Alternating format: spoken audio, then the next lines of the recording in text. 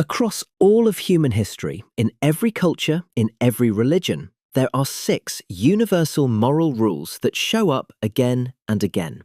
They're in the 10 Commandments of Moses, in the teachings of Jesus, in China's moral texts, in the rationalist writings of 18th century Enlightenment thinkers. So, what are these 6 rules?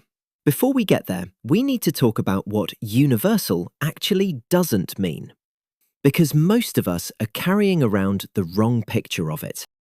The thing we think is universal, but isn't. Can a murderer or a thief still be moral? I've seen it happen. They can be moral within their own circle. So what is this morality that keeps getting forced on us? That question actually starts from a false assumption. Because rules like "thou shalt not kill" or "never harm anyone" aren't universal and unconditional the way we assume. There are rules societies build their identity around that aren't universal at all. We call these mores. Turks showing respect to bread, not wearing shoes indoors. Indians revering the cow. Different societies' rituals around marriage, sexuality, worship. None of this is universal, it's tribal. And a society can easily brand another group that doesn't follow its mores as immoral. But that doesn't mean the rule is absolutely true.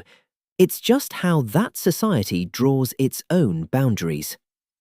In ancient societies, seizing an enemy's property could even be considered legitimate. And honestly, look around today and tell me that's really changed. So a blanket principle like "never harm anyone" never actually existed anywhere.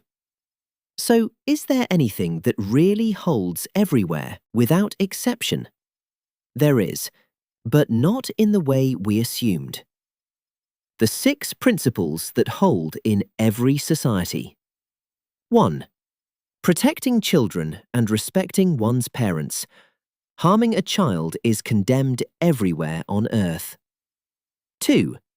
Helping someone in need, as long as they're not your enemy. If someone is drowning, you're obligated to save them. 3. Making sacrifices for the people you love. Not for everyone, for the people you're bonded to. 4. Keeping your word. If you made a promise, you keep it. Breaking it draws criticism in every society. 5. Not coveting your neighbour's property, spouse, or family. Within your own alliance, your own group, this is an absolute prohibition. 6. Standing up when your community's rights are attacked, even if it means sacrificing your own interests. This is where the answer to "can a murderer be moral" is hiding. A thief can stay loyal to his own gang, sacrifice for the people he loves, keep his word. None of that contradicts the 6 principles above. Because morality doesn't mean never harm anyone. It means stay loyal to your alliance, don't touch your neighbour's property, protect your community. Where does this come from?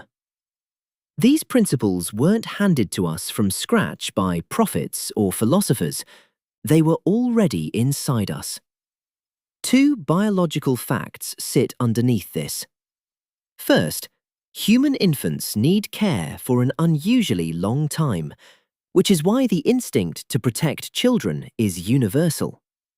Second, humans aren't solitary creatures like tigers. We're a species that survives in groups. And a group's survival depends on trust, which is exactly why promises, property, and solidarity became non-negotiable. Your ability to look at a stranger's face for half a second and decide whether they're trustworthy, your ability to well up when a fictional child in a movie is in danger, these aren't things you learn. They're structural, biological, like a rooster's crow. So, what are education, philosophy, and religion actually for? They don't create morality from scratch, but in real life, these 6 principles can collide with each other. What do you do when keeping your word puts your child at risk? That's where philosophy, literature, and history come in. They sharpen feelings that were already there in our nature and give us the experience to navigate the contradictions. So, back to the question we started with. What most of us assume is universal morality is actually just a handful of rules. Everything else, mores, tradition, imposed rules, varies from society to society. But that handful is genuinely universal. Remember the first video? You'd hit a car in an empty parking lot. No one had seen it.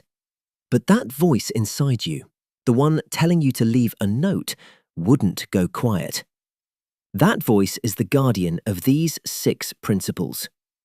We internalize rules that came from outside and mistake them for the sound of our own conscience. The mechanism works so seamlessly that we take our own society's customs, its mores, for universal morality.